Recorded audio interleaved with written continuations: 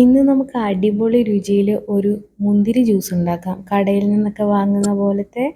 അതിനായിട്ട് ഞാനിവിടെ കറുത്ത മുന്തിരിയാണ് എടുത്തിരിക്കുന്നത്. അതിലേക്ക് ഒരല്പം മഞ്ഞൾപ്പൊടിയും ഉപ്പും ചേർത്ത് ഒരു 10 മിനിറ്റ് വെച്ചാൽ അതിലെ അഴുക്കൊക്കെ നന്നായി പോയി കിട്ടും.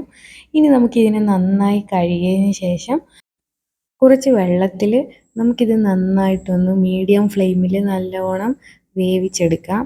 അപ്പോൾ ഇത് നന്നായിട്ട് തിളയ്ക്കാൻ തുടങ്ങുമ്പോൾ തന്നെ നമുക്കൊരു 2 സ്പൂണോളം പഞ്ചസാര ഇതിലേക്ക് ചേർത്ത് കൊടുക്കാം. ഇനി ഇതിൻ്റെ കളറൊക്കെ മാറി തിളച്ച് കഴിയുമ്പോഴത്തേക്ക് നമുക്ക് ആ തീ അങ്ങ് ഓഫ് ചെയ്ത് കൊടുക്കാവേ. ഇതേപോലെ തിളയ്ക്കണം. എന്നിട്ട് നമുക്കിത് നന്നായി തണുത്ത ശേഷം ഒരു നല്ല തവി കൊണ്ട് നല്ലോണം ഇതൊന്ന് ഉടച്ചു കൊടുക്കാം. ഇനി അതിന് ശേഷം ഒരു അരിപ്പയിൽ നമുക്കിതൊന്ന് നന്നായി അരിച്ചെടുക്കാം.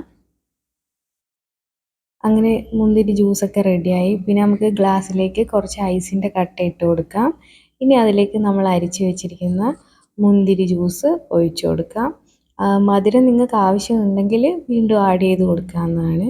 അങ്ങനെ കടയിൽ നിന്നൊക്കെ വാങ്ങുന്ന പോലത്തെ അതേ ടേസ്റ്റുള്ള അല്ലെ അതിനേക്കാളും ടേസ്റ്റുള്ള നല്ല അടിപൊളി മുന്തിരി ജ്യൂസ് ഇവിടെ റെഡി ആയിട്ടുണ്ട്. അപ്പോൾ എല്ലാവരും ട്രൈ ചെയ്യണേ.